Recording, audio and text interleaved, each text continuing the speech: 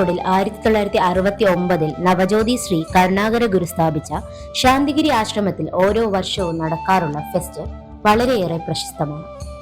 ശാന്തിഗിരി ഫെസ്റ്റിന്റെ 3ാം പതിപ്പാണ് ഇപ്പോൾ ഇവിടെ നടക്കുന്നത്. 100 രൂപയാണ് ഫെസ്റ്റിലേക്കുള്ള എൻട്രി ഫീ. അതുകൊണ്ട് തന്നെ ഇത്തവണത്തെ യാത്ര അങ്ങോട്ടേക്കാക്കാമെന്ന് ഉറപ്പിച്ചു. ഫെസ്റ്റ് ഗംഭീരമാണെങ്കിലും സാധാരണ ഒരു ഫെസ്റ്റിന് കാണുന്ന രീതിയിലുള്ള ജനത്തിരക്ക് ഇവിടെ കാണാൻ സാധിച്ചില്ല. ഒരാൾക്ക് 100 രൂപ എൻട്രി ഫീ ഉള്ളത് കൊണ്ടാവാം ചിലപ്പോൾ ജനത്തിരക്ക് കുറഞ്ഞത്. എന്നാൽ 100 രൂപയുടെ എൻട്രി പാസിൽ 2 തവണ അവിടെ സന്ദർശിക്കാം എന്നതിലുപരിയായി തീർച്ചയായും 100 രൂപയുടെ എൻട്രി പാസ് എടുത്തത് ഒരു നഷ്ടമായി പിന്നെ നമുക്ക് തോന്നില്ല. അങ്ങനെ ഞങ്ങൾ ഫെസ്റ്റിനുള്ളിലേക്ക് കടക്കുമ്പോൾ ആദ്യം തന്നെ കണ്ടത് പശുക്കളുടെ ഒരു നിരയാണ്.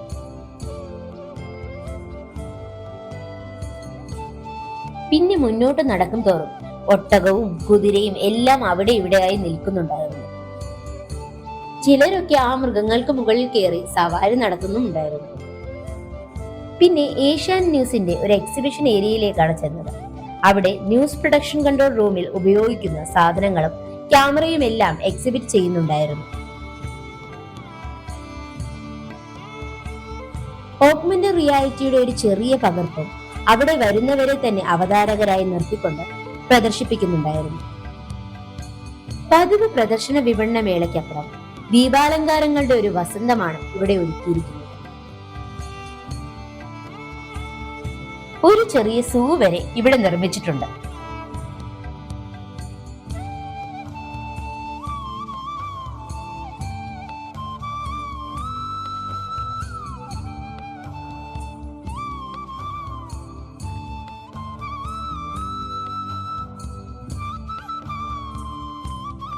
വളരെ മനോഹരമായ ആരെയും ആകർഷിക്കുന്ന രീതിയിലുള്ള ഒരു ചെറിയ ആർട്ടിഫിഷ്യൽ വെള്ളച്ചാട്ടവും ഇവിടെയുണ്ട്. 13,000 ചതുരശ്ര അടിയിൽ ഒരുങ്ങിയിരിക്കുന്ന ഫ്ലവർ ഷോ ആണ് മറ്റൊരാകർഷണം.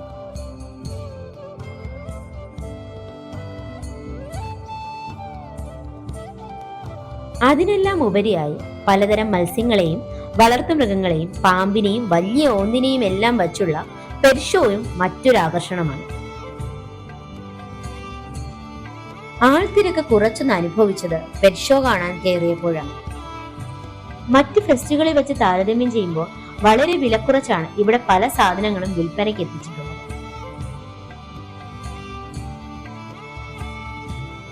കുട്ടികൾക്കും മുതിർന്നവർക്കുമായി നിർമ്മിച്ച ഹാപ്പിനെസ് പാർക്കിലെ വൈദ്യുത ദീപാലങ്കാരങ്ങളാണ് മറ്റൊരാകർഷണം.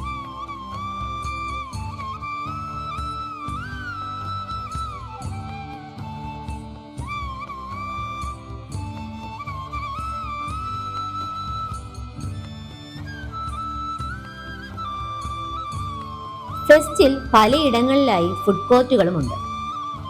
ഫെസ്റ്റിന്റെ കാഴ്ചകൾ അവസാനിക്കുന്നത് പൂർണ്ണമായ വിടർന്ന താമരയുടെ രൂപത്തിലുള്ള ലോകത്തിലെ ഏറ്റവും ഉയരം കൂടിയ സൗധത്തിന് മുന്നിലെത്തുമ്പോഴാണ്.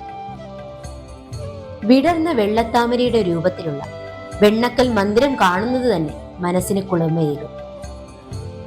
ആശ്രമത്തിനുള്ളിൽ തികച്ചും ശാന്തമായ ഒരു അന്തരീക്ഷമാണുള്ളത്.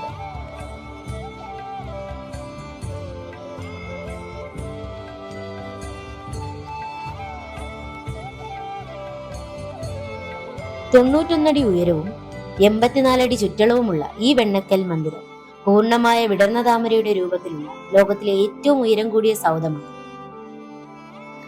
കരുണാകര ഗുരുവിന്റെ ആശയങ്ങളും കാഴ്ചപ്പാടുകളും എഴുതി വച്ചിട്ടുള്ള വഴിയിലൂടെയാണ് വെണ്ണക്കൽ മണ്ഡപത്തിലേക്ക് പ്രവേശിക്കുന്നത്.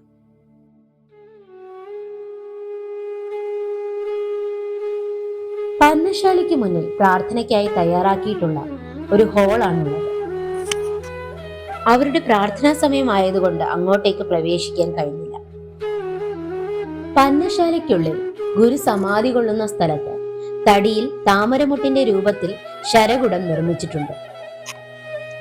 സമാധി സ്ഥലം ചിത്രീകരിക്കാനുള്ള അനുവാദമില്ലായിരുന്നതുകൊണ്ട് അവിടം ക്യാമറയിലാക്കിയില്ല. അവധി ദിവസങ്ങളിൽ ഉച്ചയ്ക്ക് 12 മണി മുതൽ രാത്രി 10 മണി വരെയും പ്രവൃത്തി ദിവസങ്ങളിൽ വൈകിട്ട് 3 മണി മുതൽ രാത്രി 10 മണി വരെയുമാണ് പ്രവേശനം. ഈ ഫെസ്റ്റിലെ ഓരോന്നിനെ കുറിച്ചും വിശദമായി പറയാനാണെങ്കിൽ വീഡിയോയുടെ സമയം വളരെയേറെ കൂടും എന്നതുകൊണ്ടും ചിലപ്പോൾ അത് മടിപ്പുളവാക്കും എന്നതുകൊണ്ടും ഇത്രമാത്രം പറഞ്ഞുകൊണ്ട് നിർത്തുന്നു.